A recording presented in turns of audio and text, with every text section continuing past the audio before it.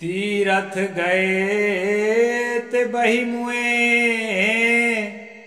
जुड़े पानी नहाय। कहे कबीर सुनो संतो राक्षस होए पछताय। नमस्कार दोस्तों, मैं अविनाश दास रेशनल कबीर यूट्यूब चैनल में आप सबका हार्दिक स्वागत करता हूं। साथियों, यदि आप इस चैनल को सब्सक्राइब नहीं किए हैं तो सब्सक्राइब जरूर करें, शेयर करके अपने सभी साथियों तक पहुंचाएं, बेल आइकन को प्रेस करें, ऑल नोटिफिकेशन ऑन करें, लाइक करें दोस्तों और मुझे कमेंट जरूर लिखें। जैसा कि आप जानते हैं, इस चैनल का उद्देश्य किसी भी जाति, धर्म, वर्ग या व्यक्ति विशेष को आहत पहुंचाना बिल्कुल नहीं है। इस चैनल का उद्देश्य है दोस्तों, देश में तर्कशीलता पैदा करना, वैज्ञानिक सोच पैदा करना और मानवता को दिलो दिमाग में स्थापित करना। मनुष्य के प्रति जो नफरत है, स्त्री पुरुष के प्रति जो नफरत है, ब्राह्मण शूद्र के प्रति जो नफरत है, हिंदू मुस्लिम के प्रति जो नफरत है, सारे नफरत को खत्म करके और प्रेम का माहौल बनाना, सेवा परोपकार का माहौल बनाना, भाईचारा और सौहार्दता का माहौल बनाना, ये सब इस चैनल का उद्देश्य है दोस्तों। इसलिए चैनल को आगे बढ़ाने में आप सबकी सहायता महती आवश्यकता है। मैंने सदगुरु कबीर साहब की एक साखी बोली है, उसका मैं अर्थ कर देता हूं और आज का प्रसंग भी यही है। सदगुरु ने कहा, तीरथ गए ते बही मुए जूड़े पानी नहाए। जूड़े पानी का मतलब होता है दोस्तों ठंडा पानी। अभी ठंडी का दिन है, अभी मकर संक्रांति आएगा, महाशिवरात्रि आएगा और क्या क्या आएगा ना। तो अमरकंटक में देखना, आपको जैसे मालूम है कि अमरकंटक मेरा जन्म स्थान है। मैं इतना दूर में साधना के ख्याल से भले रहता हूँ, लेकिन वहाँ का भेद जानता हूँ। और दोस्तों, मैं जब अंधविश्वासी था उस समय मैं खुद भी जब मकर संक्रांति आए, कोई पूर्णिमा आए, कोई अमावस्या आए या सावन सोमवार आए, तो सूर्योदय से पहले नर्मदा के पानी में जा करके और डुबकी लगाता था। और कब? एकदम सूर्योदय से पहले। ये हाथ ऐसे जकड़ जाते थे कई बार दोस्तों, ठंडी के कारण। इतना ठंडा पानी रहता है नर्मदा का। लेकिन भाई श्रद्धा तो है, आस्था का सवाल है। उस समय रेशनल नहीं हुआ था, ज्ञान नहीं हुआ था मुझे सच्चाई का, इसलिए ऐसा करता था। जिसको ज्ञान नहीं हुआ है वो लोग अभी भी कर रहे हैं और उसी को ज्ञान समझते हैं। तो हमारा काम है दोस्तों जागृत करना। तीर्थ नहाने से, तीर्थ जाने के पहले घर में जो मुसीबतें होती हैं, तीर्थ से लौटने के बाद भी वो मुसीबतें वैसे के वैसे बनी रहती हैं। संयोग बस किसी एक का ठीक हो जाता है, वो तीर्थ के कारण नहीं है, उसके अन्य कारण होते हैं। वो कारण को नहीं तलाश पाता तो तीर्थ का नाम लगाता है। तीर्थ जाने के पहले जो बीमारियां होती हैं, वो बीमारियां भी तीर्थ से आने के बाद बनी रहती हैं। तीर्थ जाने के पहले मन में जो उलझन होती है, काम क्रोध लोभ मोह के जो पसारा होता है दिमाग के अंदर, जिसके प्रयोग कर करके हम पड़ोस में झगड़ा करते हैं, मांस मदिरा खाते पीते हैं, प्राणियों के वध करते हैं, जिह्वा को कंट्रोल में नहीं रख पाते हैं, वो सारी चीजें तीर्थ के आने के बाद भी जस के तस देखी जाती है। सैकड़ों लाखों हजारों लोगों में आप परीक्षण करके देख लो, यहां तक कि जो अशिक्षा और गरीबी है वो तीर्थ से लौटने के बाद भी वैसे के वैसे बनी रहती है। और सबसे बड़ा कारण तो तीर्थ जाने का यही है कि अशिक्षा और गरीबी। गरीबी के कारण दुख है और अशिक्षा के कारण समझ नहीं है कि तीरथ उरथ कुछ नहीं है, इसको नहीं समझ पाते। इसलिए दोस्तों सतगुरु ने कहा तीरथ गए थे बही मुए, तीरथ जाने वाला जो है बह के मर गया। तो गंगा के पानी में बह के मर गया ऐसा थोड़े, कोई कोई मर जाता है, पानी में भी बह के मरता है, लेकिन इसका तात्पर्य ऐसा नहीं है। इसका तात्पर्य है अपनी भावनाओं में बह करके मर गया, अपने विवेक को मार डाला, अपनी तर्कशीलता को मार डाला, अपनी बौद्धिकता को मार डाला और श्रद्धा की कटारी से अपनी हत्या कर दिया। दोस्तों श्रद्धा गलत चीज नहीं है, आस्था गलत चीज नहीं है, लेकिन उसकी दिशा गलत है। वही आस्था अगर हम सच्ची जगह में रखें जहां से हमारी अशिक्षा मिट सकती है, जहां से हमारी गरीबी मिट सकती है, जहां से हमारी नासमझी मिट सकती है, तर्कहीनता मिट सकती है, हम तर्कशील बन सकते हैं, हम विद्वान बन सकते हैं, सही और गलत को समझने की हमें क्षमता बढ़ सकती है। ऐसे जगह में जो संगत करेंगे, ऐसे संतों के, ऐसे रेशनल संतों के शरण में जा करके और जो कुछ हम बातें सीखेंगे, वहां पर अगर श्रद्धा रखते हैं, आस्था रखते हैं, तो निश्चित रूप से आपके जीवन में रोशनी आएगी और समझ सकेंगे कि धर्म के नाम से अफीम का गोला हमें थमाया गया था सदियों से, पीढ़ी दर पीढ़ी। उसके नशा में धुत होकर के सत्य असत्य को हम नहीं समझ रहे थे, उससे अब समझने लगे। ऐसा समझ में आएगा दोस्तों। मैं स्पष्ट ज्यादा बोलता हूं इसलिए पब्लिक मेरे पास कम आती है, लेकिन दोस्तों मेरा स्पष्ट बोलने का मतलब यह है कि अस्पष्ट बोलूंगा तो ठीक से समझ में नहीं आएगा। और ज्यादातर हमारे पारखी संत जो है स्पष्ट नहीं बोलते, अस्पष्ट बोलते हैं, ताकि जनता की लगन बनी रहे, रुचि बनी रहे। बताते हैं, इन्हीं बातों को बताते हैं, छिपाते नहीं हैं, लेकिन पूरा खुलासा नहीं करते। ज्यादातर कोई कोई करते भी हैं। तब मैं तो देहात में रहता हूं, कम पढ़े लिखे लोगों के बीच। कबीर साहिब ने कहा है ना, प्रगट कहो तो मारिया पर्दा लखे न कोई, सहना छिपा प्यार तर को कही बैरी होए। एकदम स्पष्ट कहता हूं तो लोग मारने दौड़ते हैं, और अगर उसको जो है सांकेतिक रूप से कहता हूं तो कोई समझ ही नहीं पाता। तो यहां जो है बरसों से सत्संग चल रहा है छत्तीसगढ़ में, लेकिन कबीर पंथियों में जागृति नहीं है। वही तीरथ, वही मूरत, वही रामायण, वही गीता, वही राम, वही सीता, वही कृष्ण, वही भागवत पूरे कबीर पंथ में छाया हुआ है। उसी में एक्का दुक्का रहते हैं। भगत तो कहते हैं साहिब जी आप लोग कैसे भाषण करते हैं, समझा ही नहीं पाते लोगों को। तो मैं कहा भाई अब तो मैं स्पष्ट बोलना शुरू कर दिया हूं, जो नजदीक आएगा तो नजदीक आएगा, दूर जाएगा तो दूर जाएगा, लेकिन साफ साफ बता देता हूं कि तीरथ जाने से एक तो जाते जाते ही नरक बन जाता है। क्योंकि अभी अभी जो है भगत लोग मदद करने लगे हैं, तो मैं आरक्षण करके जाने लगा हूं, थोड़ा सक्षम हुआ तो, नहीं तो मैं जनरल बोगी में चलता था, ट्रेन में।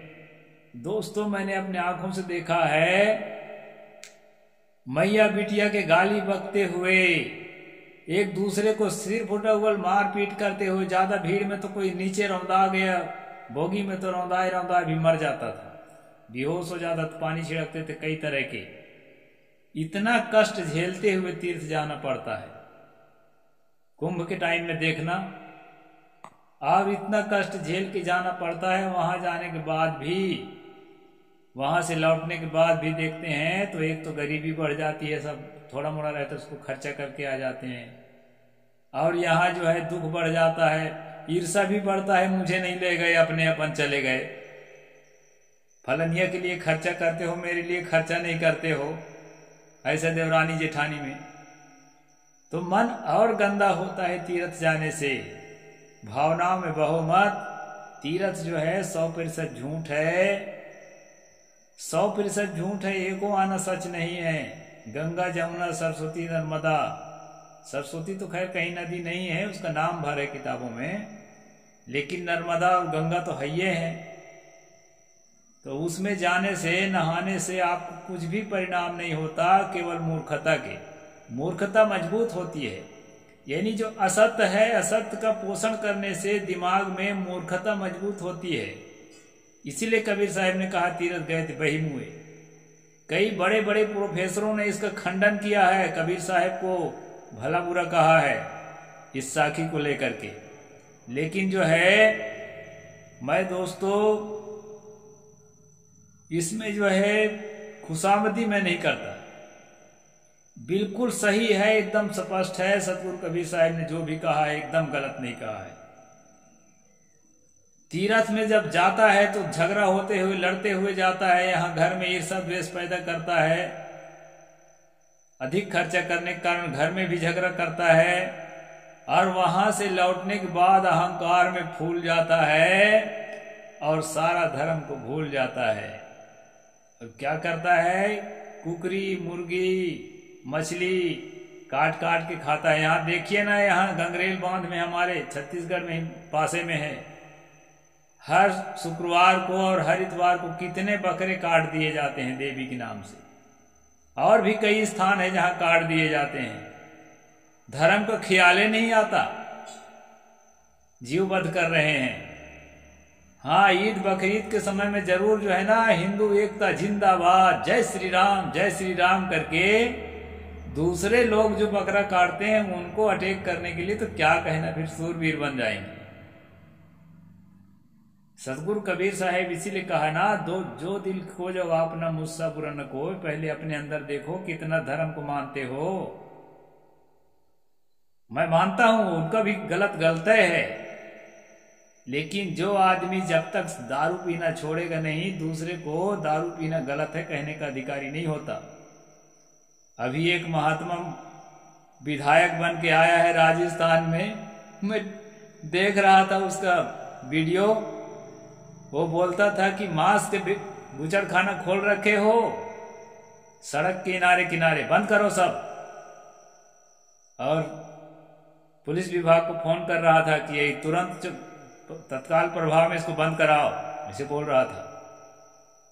तो मेरे कहने का मतलब है, मांसाहार अच्छी चीज नहीं है, जीव की हत्या अच्छी चीज नहीं है, लेकिन इसकी शुरुआत हमको अपने घर से करना चाहिए। हम अगर पवित्र हैं तो हमको फोन करना पुलिस को नहीं पड़ेगा, हमारी बात को ही लोग जो है कदर करेंगे, धीरे धीरे सुधरेंगे भी। ऐसा नहीं है कि मेरा सब कोई तिरस्कार करते हैं, बहुत लोग कदर करते हैं। तिरस्कार करने वाले तो बहुत थोड़े लोग हैं, झगड़ा करने चले आते हैं कि आप अच्छा नहीं हो, खर खर बोलते हो। लेकिन 90% लोग जो है ना, जो गलत करने में लगे हैं, उनको भी लगता है कि साहिब जी सही कह रहे हैं, हम जो कर रहे हैं वो अच्छा नहीं है, इसको हमें सुधार करना चाहिए। दोस्तों, सतगुरु कबीर साहब का उद्देश्य था देश को तर्कशील बनाना, वैज्ञानिक चिंतन से ओतप्रोत बनाना, पाखंड से, आडंबर से, अंधविश्वास से मुक्त करना। इसलिए उन्होंने कहा तीर्थ गए थे बही मुए, जूड़े पानी नहाए, कहें कबीर सुनो हो संतो राक्षस होए पछताए। तीर्थ जाने से आदमी राक्षस हो जाता है, वहां से आने के बाद उसका इतना कॉन्फिडेंट हो जाता है कि अब तो मैं पाप काटने का तरीका समझ ही लिया हूं, अब चाहे मैं जितना मारूं काटूं, जितना पड़ोसी झगड़ा करूं, जितना हत्या करूं, मॉब लिंचिंग करूं, अच्छे लोगों को सताऊं, चाहे जो मेरा हो करूं, जाके नर्मदा में नहा लूंगा, गंगा में नहा लूंगा। ये उसका हौसला बुलंद हो जाता है। इसलिए साथियों, ये तीर्थ उरथ का चक्कर छोड़ो और जो है अंधविश्वास से मुक्त होकर के सतगुरु कबीर साहब की वाणियों का अनुशीलन करो। भारत को अगर रोशनी मिलेगी तो भगवान तथागत बुद्ध की वाणी से, सतगुरु कबीर साहब के बानी से, स्वामी महावीर के बानी से, इन महामानवों के बानी से ही आपको जो है ना भारत को रोशनी मिल सकती है। ये वेद पुराण रामायण गीता से नहीं मिल सकती है। इसमें तो हत्या हिंसा भरा हुआ है। इसका जो लीडर है, जो मुख्य भगवान है, वही हत्या करते फिर रहे हैं जंगल जंगल। तीर्थ में नहा के उसको जस्टिफाई कर रहे हैं कि ये सही है अंधविश्वास को। इससे नहीं रोशनी मिलेगी। सच्चा रोशनी पाना है सतगुरु कबीर साहब के बानियों को पढ़ो। जो मुख कछुआ और हृदय कछुआना, सपने का मोह ही नहीं जाना कहते हैं।